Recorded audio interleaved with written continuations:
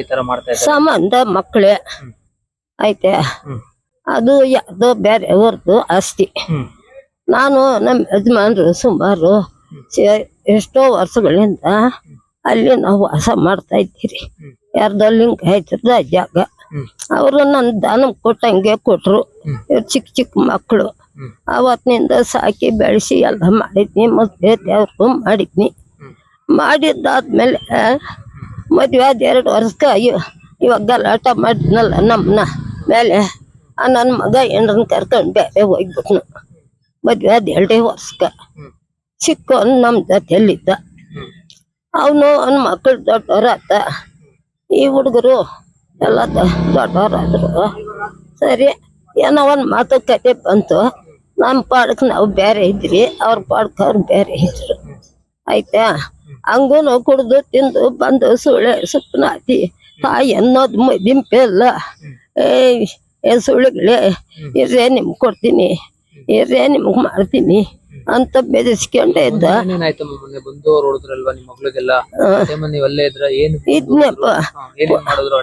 Post ದಿನ ಬಂದಿದ್ರು. ಯಾಕ್ರೆ ಅವತ್ತು ಇರಲ್ಲ, ನಾನು ಆಸ್ಪತ್ರೆಗೆ ಹೋಗಿ ಬಂದಿತ್ತು. ಯಾಕ್ರಪ್ಪ ಇದೆಲ್ಲ ಏನಕ್ಕ ಹಿಂಗೆ ಮಾಡ್ತಾ ಇದ್ದೀರಿ? ನಮ್ಮ ಜಾಗ ನಾವು ಇದೆಲ್ಲ ಕಿಲ್ಲಿನ ಮಾಡಿ ಕಟ್ಕೊಂತೀನಿ ಅಂದ್ರು.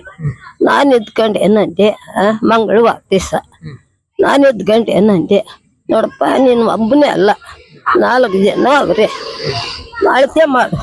ಅಳತೆ ಮಾಡಿಬಿಟ್ಟು ಆಳಕ್ಕೆ ಎಷ್ಟಿಷ್ಟು ಬರ್ತೈತೆ ಅಷ್ಟಿಷ್ಟು ನೀನು ತಕ್ಕ ಅಂತ ನಾನು ಅಂದೆ. ಇಲ್ಲ, ಆ ಮಾಳಿಗೆ ನಿಂದ ಆ ಕಡೆ ಇವಾಗ ಹೊಡೆದವ್ರಲ್ಲ ಅದನ್ನಿಂದ ಆ ಕಡೆ ನನಗೆ ಅಂತ. ಆಯ್ತಪ್ಪ, ನಮ್ಮ ಮಗಳನ್ನ ಕರ್ಸು, ದೊಡ್ಡ ಮಗಳ ಅಮ್ಮ, ನಮ್ಮ ಕೆಲವರು ದೊಡ್ಡ ಕರ್ಸು, ನಾವು ಕುಂತು ಮಾತಾಡೋಣ. ಆಯ್ತಪ್ಪ, ಕುಂತು ಮಾತಾಡಿ ಅಳತೆ ಮಾಡಿಬಿಟ್ಟು ನಿಮ್ಗೆ ಎಷ್ಟಿಷ್ಟು ಬರ್ತೈತೆ ಅಷ್ಟಿಷ್ಟು ನೀವು ಕಟ್ಕೊಂಡ್ರಿ. ಅಕಸ್ಮಾತ್ ನನಗೆ ಬೇಡ, ನೀವು ತಿಂದ್ಕೊಂಡ್ರಿ, ನನಗೆ ಬೇಡ. ಯಾರನ್ನ ಎಲ್ಲೋ ತಿರ್ಕೊಂಡು ತಿಂತೀನಿ, ಯಾರನ್ನ ಅಷ್ಟು ಊಟ ಹಾಕಿ ತಿಂತೀನಿ, ಇಲ್ದಿಲ್ಲ ರೋಡಾಗ ಹೋಗಿ ನಾನು ಸಾಯ್ತೀನಿ ಅಂತ ನಾನು ಇಷ್ಟು ಹೇಳಿದ್ನಪ್ಪ. ಮಠ ಮಂಗಳಾರ ಬಂದಿದ್ರಿ ಬೆಂಕಿ ಕಕ್ಕ ಅಂತ ಇಷ್ಟು ಹೇಳಿದೆ. ಹೊರಟ್ಬಿಟ್ರು.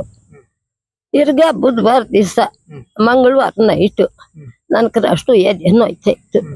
ನಮ್ಮ ಹಾಸ್ಪಿಟ್ಲಿಗೆ ಹೋಗ್ಬೇಕಂದೆ. ಆಯಮ್ಮನು ಯಾರ್ದ ಬರ್ತಡೇ ಐತಮ್ಮ, ಆ ಬರ್ತಡೇ ಮುಗಿಸ್ಕೊಂಡು ಹಂಗೆ ಆಸ್ಪತ್ರೆಗೆ ಹೋಗ್ಬಿಟ್ಟು ಹಿಂಗೆ ಬರ ನಡಿ ಅಂತಂದ್ಲು. ಆಸ್ಪತ್ರೆಗೆ ಹೋದ್ರಿ. ಅಲ್ಲಿ ನೈಟ್ ಅಲ್ಲೇ ಇದ್ದೋದ್ರಿ. ಬರ್ತಡೇ ಮುಗಿಸ್ಕೊಂಡು ಹಾಸ್ಪಿಟ್ಲಿಗೆ ಹೋದ್ರಿ. ಅವತ್ತು ನೈಟ್ ಅಲ್ಲೇ ಇತ್ತು. ಬುಧವಾರ ದಿನ 2 ಗಂಟೆಗೆ ಬಂದ್ರಿ.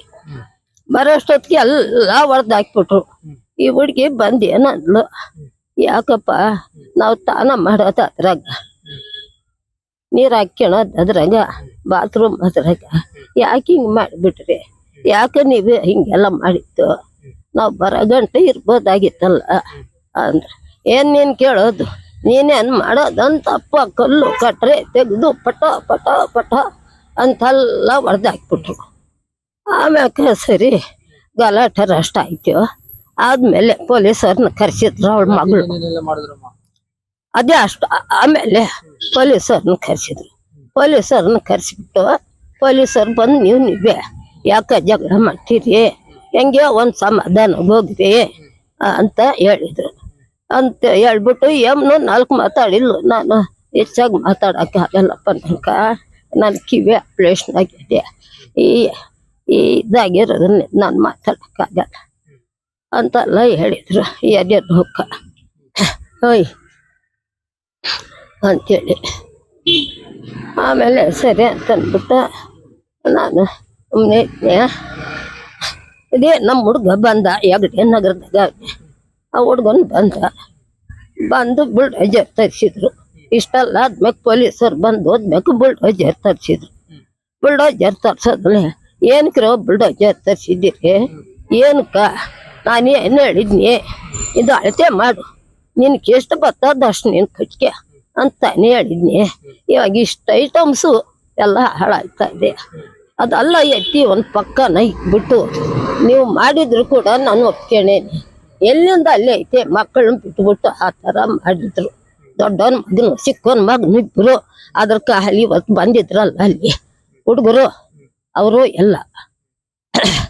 ಆಮೇಲೆ ಸರಿ ಅಂದ್ಬಿಟ್ಟು ಯಮ್ಮನ ಇದ್ಲ ಇವನು ದೊಡ್ಡ ಹುಡ್ಗನ್ ಬಂದು ಬುಲ್ಡೋಜರ್ನ ಮಚ್ಚ ಎತ್ತೋ ಬುಲ್ಡೋಜರ್ ಅಂತ ಅವನ ಹಂಗ ನಾವಾಗಿ ಹಿಡ್ಕೊಂಬಿಟ್ಲಪ್ಪ ಸೊಸೆ ದೊಡ್ಡ ಸೊಸೆ.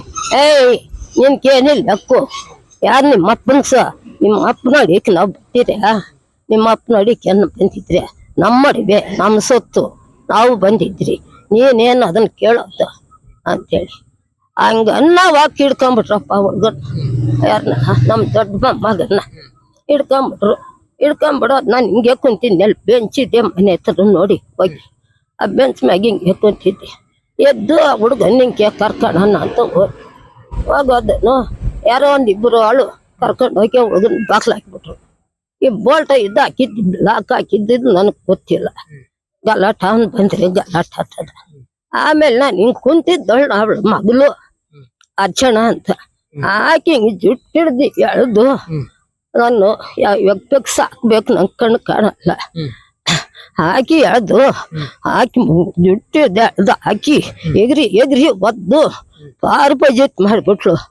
ಆಮ್ಯಾಕ ಸರಿ ಅಂತ ಅಂದ್ಬಿಟ್ಟು ಯಾರು ಹೆಂಗೆ ಬೆಳೆಸಿದ್ರು. ಈ ಹುಡುಗಿನ ಈ ಕೇಳ್ಕೊಂಡಿದ್ದು ಅವ್ರಿಬ್ರು ಹೊಡೆದವ್ರಿ. ಅಣ್ಣ ತಮ್ಮ ಚಿಕ್ಕಪ್ಪನ ಮಗನು ದೊಡ್ಡವನ ಮಗನು ಅವಳು ನಡೆದಿರೋದು. ನಾನು ಅದ್ ನೋಡಲ್ಲ ಬಿದ್ದೋಗ್ಬಿಟ್ಟಿದ್ನಲ್ಲ ನಾನು. ಆಮ್ಯಾಗ ಸರಿ ಇನ್ನೊಂದು ಸಾರಿ ಇಷ್ಟು ದರ ಎತ್ಕೊಂಡು ಅವಳು ತೊಡಕೆ ಆಗ್ತಿದ್ಲ ಆ ಹುಡುಗಿ. ಏನು ಮಾತುಗಳಪ್ಪ ಕೆಟ್ಟ ಪಟ್ಟ ಮಾತುಗಳಪ್ಪ. ಆ ಮಾತು ಕೇಳಿದ್ರಿ ನೀವೇ ಹರಿಸೋಜಿಗೆ ಬೀಳ್ತೀರಿ ಅಂತ ಮಾತುಗಳು ಆಗ್ತಿತ್ತು. ತಿರ್ಗ ಅವಳು ನೋಡ್ಯಪ್ಪ ಒಂದು ಏಟ ಹಾಕಿಬಿಟ್ಲು ಹಂಗೇನು ಹಾಕ್ಬಿಟ್ಟು ಇನ್ನೇನೋ ತೆಗಿಯಕ್ಕೆ ಹೋದ್ಲು. ಅಷ್ಟೊತ್ತಿಗೆ ನಾನು ಅಡ್ಡೋದ್ನಿ ಇಲ್ಲಿ ಬಂದೇನೋ ಅಂತ ಹಾಕಿದ್ದು ಹೇಳ್ದ ಅಲ್ಲಿ ಹೊಡೆದ್ರು.